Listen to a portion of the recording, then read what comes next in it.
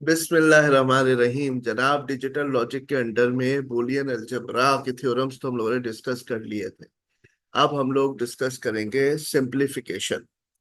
तो हमने डिस्कस किए थे तकरीबन 17 थ्योरम्स, और जिसमें हमारे पास कुछ सिंगल वेरिएबल थ्योरम्स थे तकरीबन 8, और ऐसे ही हमारे पास जो है 9 मल्टी वेरिएबल थ्योरम्स थे। तो अब इसको यूज करते हुए हम लोग जो है सिंप्लीफाई करते हैं या डिफरेंट बुलियन एक्सप्रेशंस को। तो ये हमारे पास है एग्जाम्पल नंबर 1। ठीक है जनाब। तो इसमें क्या हो रहा है कि दो एक्सप्रेशंस आपस में मल्टीप्लाई हो रही है, ए प्लस बी मल्टीप्लाई हो रही है ए प्लस सी के साथ। तो सबसे पहले जाहिर बात है कि आपको क्या करना होगा, डिस्ट्रीब्यूटिव प्रॉपर्टी लगा। इस पे डिस्ट्रीब्यूटिव प्रॉपर्टी आपको लगानी है, तो ए मल्टीप्लाई बाय ए। ठीक है, ए मल्टीप्लाई बाय ए, ए हो गया, then A multiply by C, then B multiply by A and B multiply by C. ठीक है। अच्छा, A multiply by A and gate है, दोनों इनपुट सेम है। ठीक है, दोनों इनपुट सेम है, तो 0 0 ए, तो आउटपुट क्या आएगा 0। 1 1 देंगे तो 1 आएगा। इसका मतलब है जो ए की वैल्यू होगी वही आउटपुट की वैल्यू होगी। ठीक है। तो ये हमारे पास इसको अप्लाई करते हैं, हमने सिंप्लीफाई किया। तो डबल ए जो है ये हमारे पास क्या हो गया, ये हो गया हमारे पास सिंगल ए में कन्वर्ट। ठीक है। अब इसमें से हमने कॉमन लिया, इन दोनों में से हमने कॉमन लिया ए, तो यहाँ बचा 1 प्लस सी। 1 प्लस सी, ये और गेट है, एक इनपुट भी 1 हो गया तो जनाब आउटपुट आपका हो गया 1। ठीक है। तो इसके बाद यहाँ पे थोड़ा सा क्या हुआ है कि एक स्टेप मिस हो गया, मैं लिख देता हूँ यहाँ पे, A plus A B plus B, ये मैंने। ठीक है। अब यहाँ पर हमने क्या किया, अगेन इन दोनों में से ए कॉमन ले, यहाँ से ए कॉमन ले लिया, तो 1 प्लस बी, अगेन ये क्या हो गया, 1 हो गया। ठीक है, जैसे ऊपर 1 प्लस सी 1 हुआ था, 1 प्लस बी 1 हो गया। तो ये हमारे पास सिंप्लीफाइड एक्सप्रेशन आ गई, ए प्लस बी सी।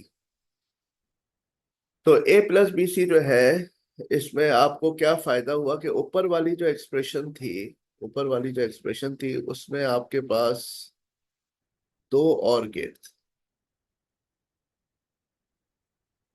दो और गेट थे आपके पास। एक का इनपुट था ए और बी, एक का इनपुट था ए और सी। ठीक है। और बाद में जाके यहाँ पर एंडिंग हो रही थी, ये एंड। ठीक है, तो यहाँ आपको मिल रहा था ए प्लस बी, और यहाँ मिल रहा था आपको ए प्लस सी। तो ये जब दोनों मल्टीप्लाई हुई तो बन गई expression A plus B multiply by A plus. अब यही एक्सप्रेशन सिंप्लीफाई होने के बाद आपके पास क्या है, एक एंड गेट लगेगा बी और सी। ठीक है, बी और सी का एक एंड गेट, और इसका जो आउटपुट आपके पास आ रहा है, इसका जो आउटपुट आ रहा है ये और हो रहा है ए के साथ। हाँ, तो ये हो गया ए प्लस, और यहाँ मिल रहा है आपको बी सी, ए प्लस। ठीक है ना। तो यही दो गेट से इम्प्लीमेंट हो गया, वो चीज जो 3 गेट से इम्प्लीमेंट हो रही थी वही सिंप्लीफाई करके बोलन थ्योरम्स अप्लाई करके 2 गेट से आपको मिल गई। अच्छा जनाब, ये एक्सप्रेशन है, इसमें इसको सिंप्लीफाई करना है। तो आप देखें दोनों में ए कॉमन है और बी बार कॉमन है, तो ए और बी बार आपने कॉमन निकाला, डिस्ट्रीब्यूटिव प्रॉपर्टी अप्लाई किया। 13 क्या है, देखें लिखा हुआ है ना, थ्योरम नंबर 13। तो थ्योरम नंबर 13 क्या है, पीछे जाके देखते हैं। ये देखें, डिस्ट्रीब्यूटिव लॉ, कॉमन लीजिए या फिर कॉमन जो है फैक्टर्स को मल्टीप्लाई कीजिए, X multiply by Y plus x into Z. ठीक है। तो या तो आप कॉमन ले सकते हैं, या फिर अगर आपको इसको ब्रैकेट्स को खोलना है तो आप फिर डिस्ट्रीब्यूटिव लॉ अप्लाई करके और फिर इसको ब्रैकेट्स को ओपन कर सकते हैं। ठीक है, तो ये है आपका लॉ नंबर 13। तो ये कह रहा है कि आप इसमें, अब यहाँ हमने क्या किया, कॉमन ले लिया, ए इंटू बी बार कॉमन लिया, तो अंदर बचा डी प्लस डी बार। और डी प्लस डी बार जो है ये होता है वन। क्यों? क्योंकि ये और गेट है। अगर एक डी जो है जीरो है तो डी बार वन कर देगा इसको। और डी डी अगर खुद वन है तो भी आउटपुट वन। और डी अगर जीरो है तो डी बार उसको वन कर देगा। तो आउटपुट हर सूरत में क्या होगा, डी प्लस डी बार का, ए प्लस ए बार का, सी प्लस सी बार का वन होगा। ठीक है ना, क्योंकि एक ना एक इनपुट वन जरूर हो जाएगा। तो ये हमारे पास आउटपुट आ गया ए इंटू बी बार। अच्छा जनाब, यहाँ पर फिर उसी तरह की तकरीबन एक्सप्रेशन है जो हमने एग्जाम्पल नंबर वन ली थी। फर्क ये है कि यहाँ पे आपके पास दो वेरिएबल्स हैं, ए एंड बी। ठीक है। तो अगेन आपने इसको मल्टीप्लाई किया और ये आपके पास ओपन हो गया सिनेरियो। अब इसमें आप देखें, ए इंटू ए बार, यहाँ पे एंड गेट है, तो एक ना एक इनपुट जरूर जीरो होगा। ठीक है। अगर ए खुद वन है तो ए बार उसको जीरो कर देगा। और ए अगर जीरो है तो भी आउटपुट जीरो। तो ए इंटू ए बार हमेशा क्या होता है, ये जीरो होता है। B into B bar zero. ठीक है। अच्छा, अब यहाँ पे दूसरी जगह पे क्या है, यहाँ पर भी एंड गेट है, B into B, B into B, ये भी आपके पास क्या है, ये भी एंड गेट है। ठीक है। तो एंड गेट का इनपुट सेम है, दोनों इनपुट क्या है, बी। ठीक है। तो ऐसी सूरत में आउटपुट क्या है, बी। यानी सपोज करें कि ये जीरो है तो ये भी जीरो, तो आउटपुट जीरो। अगर बी वन है तो ये भी वन है, तो आउटपुट वन। तो जो बी की वैल्यू है वही आउटपुट की वैल्यू। तो बी इंटू बी क्या हो जाएगा, बी इंटू बी हो जाएगा सिंगल बी। और ए इंटू ए बार हो जाएगा जीरो। तो आपके पास ये एक्सप्रेशन आ गई कि यहाँ पर आपके पास जो है ये जीरो है और ये हो गया सिंगल बी। ठीक है। अच्छा, तो जीरो वाली खत्म हो गई। ठीक है ना। एक इनपुट जीरो है और गेट का, तो डिपेंड करता है अदर वैल्यू पे। तो zero plus anything is equal to anything, zero हट जाएगा। तो अब ये तीन टर्म्स आ गई हैं आपके पास। यहाँ पर आप देखें तो आपके पास ये तीन टर्म्स आ गई और तीनों में बी कॉमन है। तो जब आपने बी बाहर निकाला तो यहाँ से बचा ए बार, यहाँ से बचा आपके पास ए, और यहाँ से बचा वन।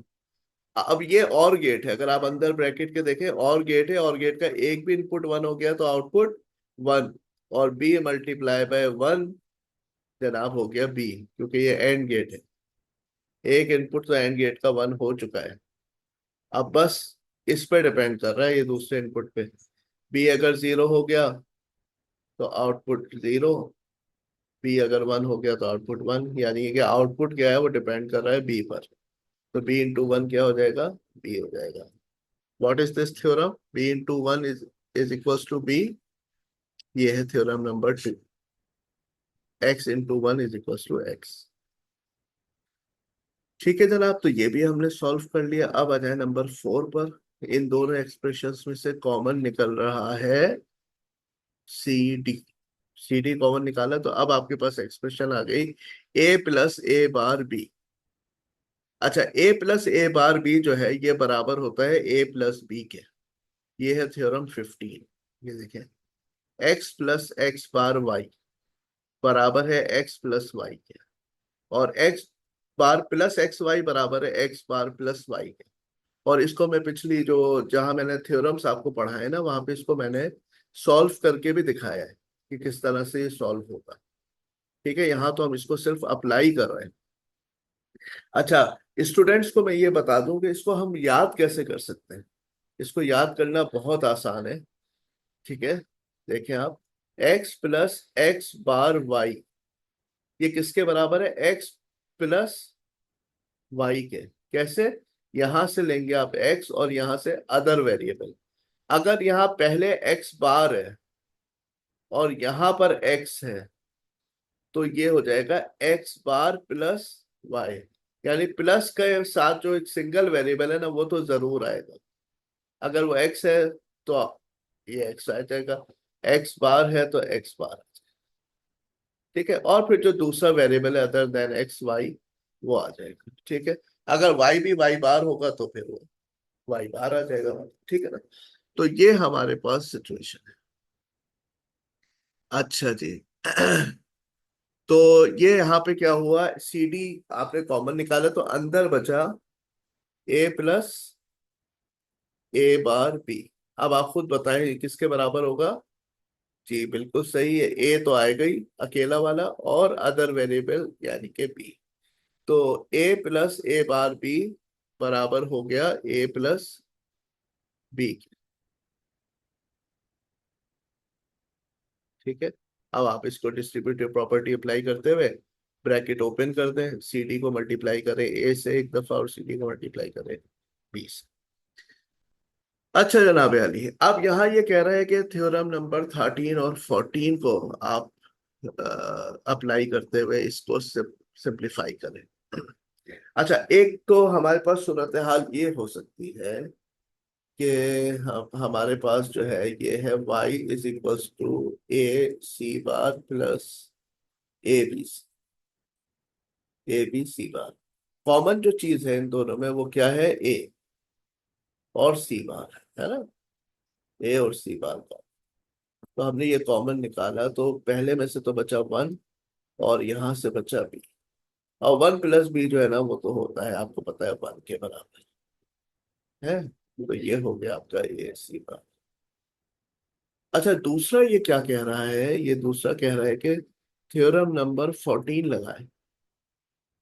थ्योरम नंबर 14, 13 तो डिस्ट्रीब्यूटिव प्रॉपर्टी है ना, 14 क्या है, एक्स प्लस एक्स वाई एक्स के बराबर होता है। ये थ्योरम लगाने को कह रहा है ये। अच्छा जनाब, ये थ्योरम कैसे लगेगा।